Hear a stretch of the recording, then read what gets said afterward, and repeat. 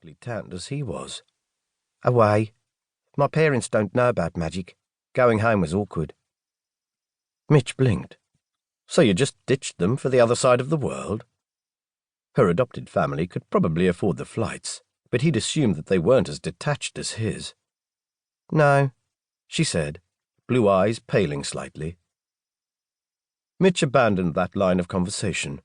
It gave him the creeps when her eyes did that. Last time it had left him badly burned and in need of Fae help. He shivered and used a little magic to render himself sun-resistant. He hadn't thought to put on sunscreen.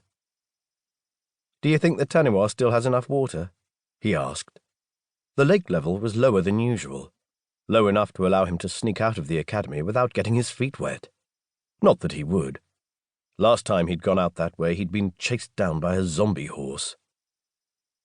Hayley shrugged.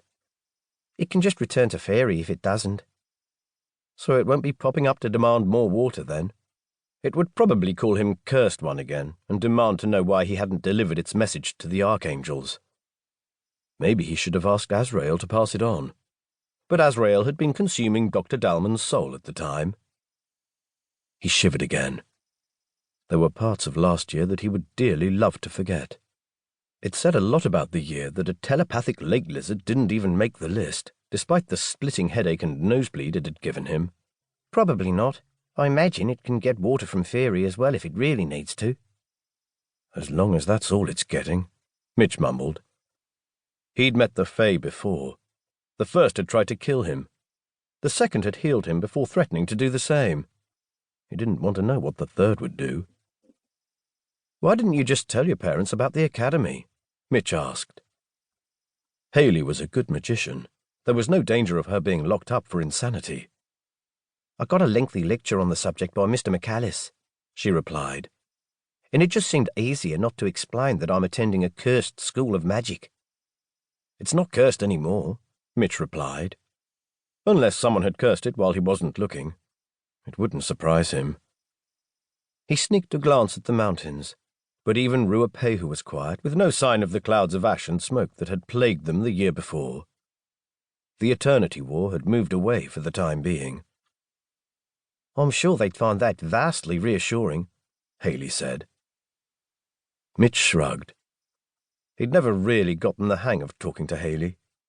He usually ended up yelling at her or putting his foot in his mouth, and she'd stare at him with those blue eyes that sometimes seemed to pale, and she wasn't even on the list of people he'd prefer to avoid talking to after last year.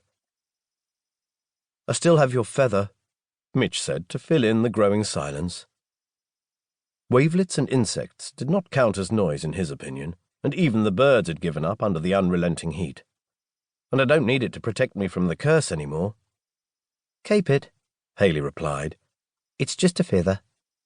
But the Archangel feather was the only link she had to her birth parents, and Archangels didn't just leave them lying around. "Hayley!" Belle yelled, rushing over to them, the sun bringing out red highlights in her dark curls. "Hi, Bill," Hayley said, half rising to hug the younger girl. "Hey," Mitch said, smiling at her. He liked Belle, but if she was back, then her sister probably was too, and Mindy was right at the top of the list of people he didn't want to talk to. "Hey, Mitch," Belle said, sitting down between them. "You're back early," he said. Belle was another person he'd never worked out how to talk to. Belle grinned. "I told my parents that a snowstorm was going to close the airport, so they sent us back early." "Was it?" Mitch asked.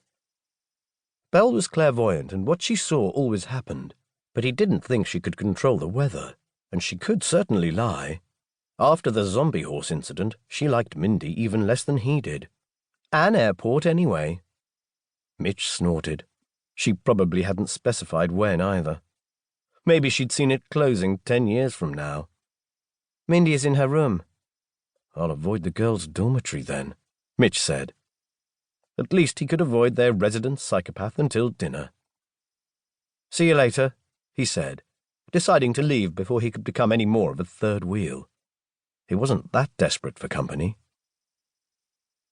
He meandered back to his room, circling around the old buildings and wondering what new tortures their teachers had planned for them this year.